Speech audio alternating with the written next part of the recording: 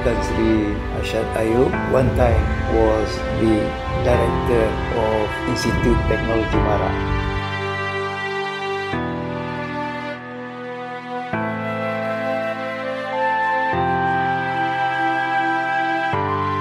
Tun ni memang perkataan garang, yes. Tetapi garang dia pada saya garang seorang ayah. Dia mahu kejayaan pelajar UiTM mesti terbaik. Contohnya, nak beritahulah garang tak garang, kalau seorang student didapati isap rokok, memang you kena lempang. Oh, memang kena lempang.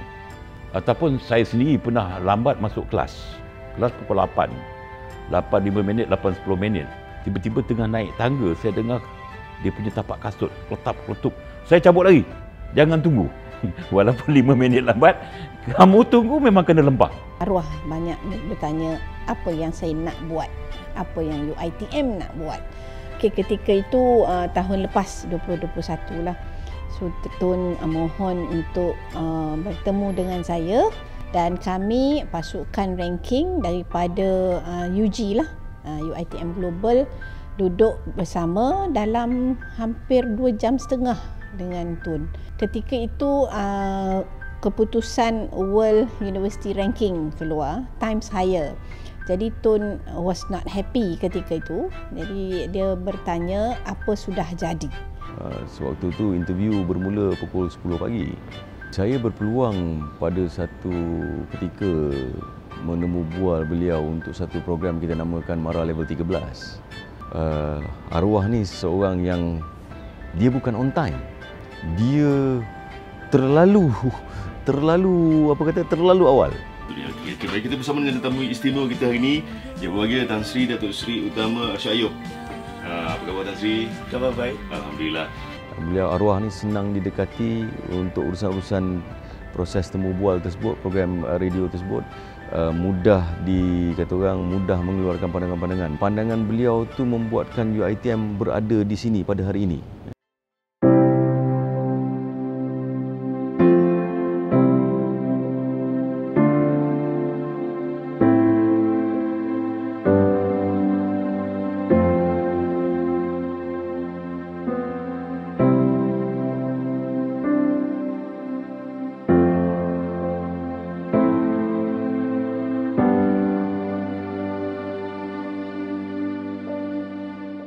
Tun tu adalah seorang yang sangat-sangat dedicated kepada seorang Melayu.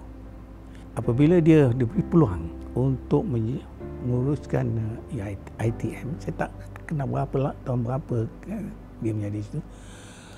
Jadi memang sesuai sangatlah dia, secocok dengan kemahuan dia. Dan tidak boleh dinafikan Tun Arsyad Ayub ni seorang yang membuat kerja bukan kerana dia ditugaskan membuat kerja, memang mengikut kemahuan dia sendiri.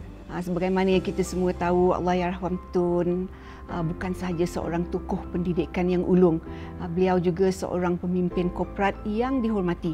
Dan sebagai ahli lembaga pengarah, Tun seorang yang berprinsip, beretika, berintegriti dan amat komited kepada tadbir urus korporat.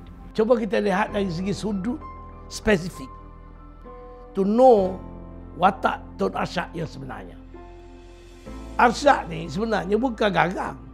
Dia hanya seorang manusia yang saya tengok serius. That is to me. Serius sebab sepanjang saya kenal dia dalam, jangan kira dalam waktu meeting, dalam keadaan biasa, minum, berborak, dia jangan joke, tapi dia serius. Setiap manusia itu mempunyai keupayaan semula jadi untuk belajar kerana naluri pembelajaran itu lahir bersama jasad seseorang itu.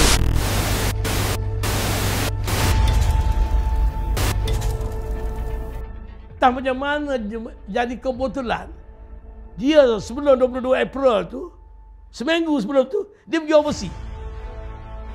Kita dapat tahu, wah, kita bertepuk dah, Pak Arsyad tak ada. So, senang kita nak tunjuk perasaan ni. Dia tak tahu ni, betul-betul dia tak tahu. Sampai cerita 22 April jadilah tunjuk perasaan. Jadi student ni pun ambil kesempatan, Tun Arsyad tak ada. Mulakan demonstrasi di mana kita tidak boleh terfikir berlaku pada hari ini.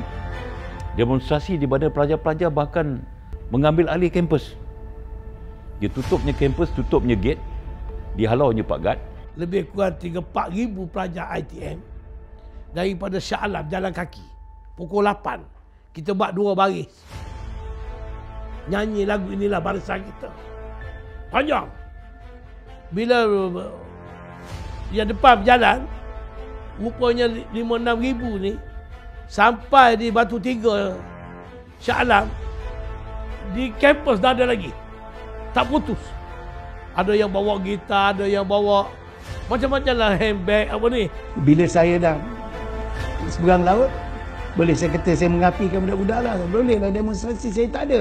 Kalau saya ada tu, saya akan selesaikan. Kita mengatakan kalau dia ada, walaupun dia mengakui budak-budak demonstrasi, tapi budak-budak hormat dia. Kalau dia ada, tidak berlaku. Sebab dia tidak ada. Tun Dr. Arsyad Ayub meninggal dunia 2:06 pagi tadi. Allahyarham merupakan seorang tokoh dan negarawan yang bertanggungjawab sebagai arkitek penubuhan Universiti Teknologi Mara UiTM yang kini terkenal di seluruh negara. Saya sangat-sangat sedih. Saya terbayang-bayang akan rupa Tun yang selama ini bersama-sama dengan saya. Selama 9 tahun saya sekarang di UiTM sama.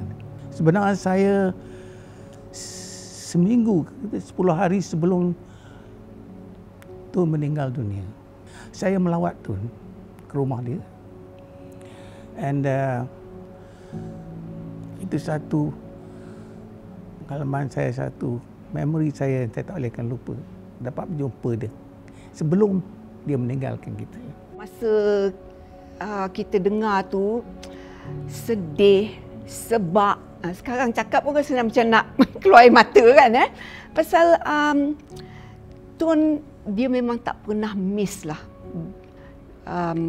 convocation ni. Dia mesti hadir, mesti datang dengan cukup semangat dan keazaman lah. Hari ini UiTM amat berduka cita dengan perkhabaran Ayahanda Tun Arsyad Ayub, Pro Chancellor UiTM yang telah kembali ke rahmatullah. Beliau meninggal pada hari istiadat convocation pada sidang pertama. Dapat merasakan satu betapa relevannya, betapa akrabnya beliau dengan UiTM itu sendiri, sehingga beliau ditakdirkan meninggal dunia pada hari pertama istiadat convocation ke-93. Saya juga dapat rasakan satu penghormatan kerana pengumuman itu dibuat oleh saya sendiri untuk pemergian seorang tokoh UiTM yang untuk saya tak ada galang gantinya. Perasaan tu memang bercampur baur kerana memang sewaktu pengumuman itu suasana memang terasa sangat suram di Dewan Agung Tuanku Chancellor.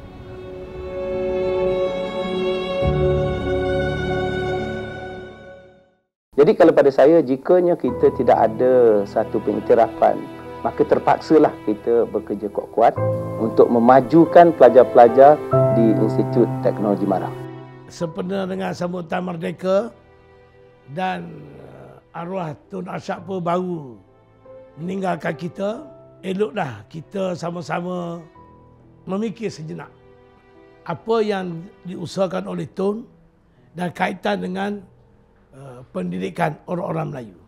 Memang tak dapat dinafikan jasa Tun Arsyad kepada pendidikan Melayu dalam bidang profesional tidak ada teluk bandingnya.